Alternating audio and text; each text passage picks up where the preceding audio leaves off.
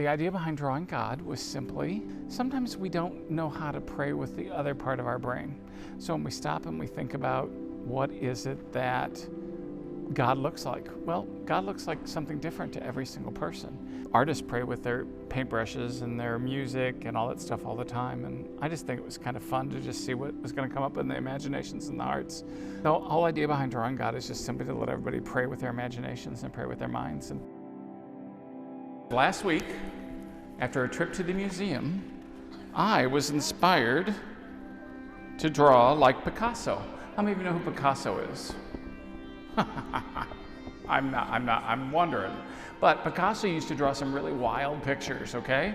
So if you've never heard of Picasso before, when you get home, either Google it or ask your mom and dad to Google Picasso, because he drew pictures and he saw people in weird and different ways, okay?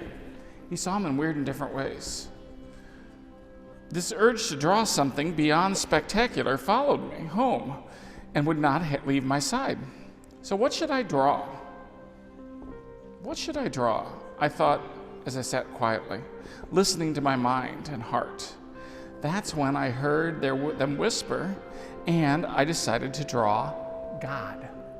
Have anybody thought about drawing God before? This is going to be interesting, okay?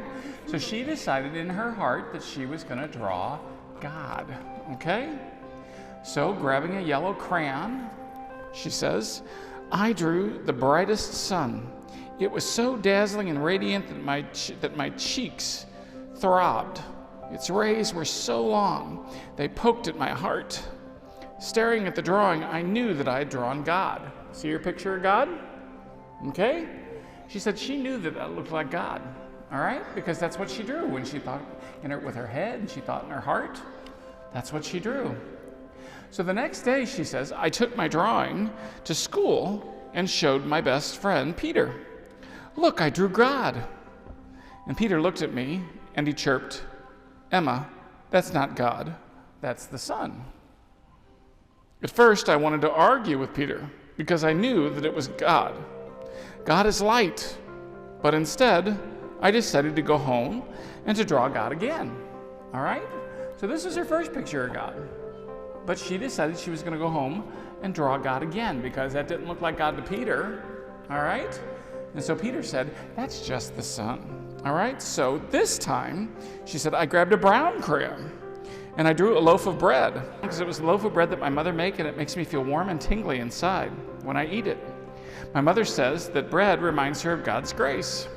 I looked at the drawing and it made me feel warm and tingly in the side, and I knew that I'd drawn God. So there's her second picture of God. This one looks like bread. And she knew that she'd drawn God. But she took her picture to school again the next day, and at lunchtime she showed her almost best friend, Rose. Look, I drew God, she said. She looked at the picture, and then she looked at me and said, Emma, that's not God, that's a loaf of bread. Again, I wanted to argue, Rose. This is God, I thought. God is bread. But instead, I decided to go home and draw God again. All right? So here was her first picture. Remember that one? There was her first picture. Here was her second picture. All right? But she decided she was going to go. Peter and Rose didn't see it, so she was going to go home and she was going to try to draw God the third time. All right? That night I sat down and I asked God for some help. Please, God, help me draw you, I said. I stared at a blank piece of paper for a while and then grabbed a red crayon. And I drew a gigantic heart and colored it in so hard my crayon disappeared. And when it was done, it was the reddest, most beautiful heart I had ever seen. My heart was thumping, I knew. Absolutely, positively, I had drawn God. Even Picasso would agree. All right? Even Picasso would agree. All right? At lunch, Peter and Rose found me. They asked if I'd drawn any more pictures of God. From my backpack, I pulled out a folded piece of paper and said, "Here's another one."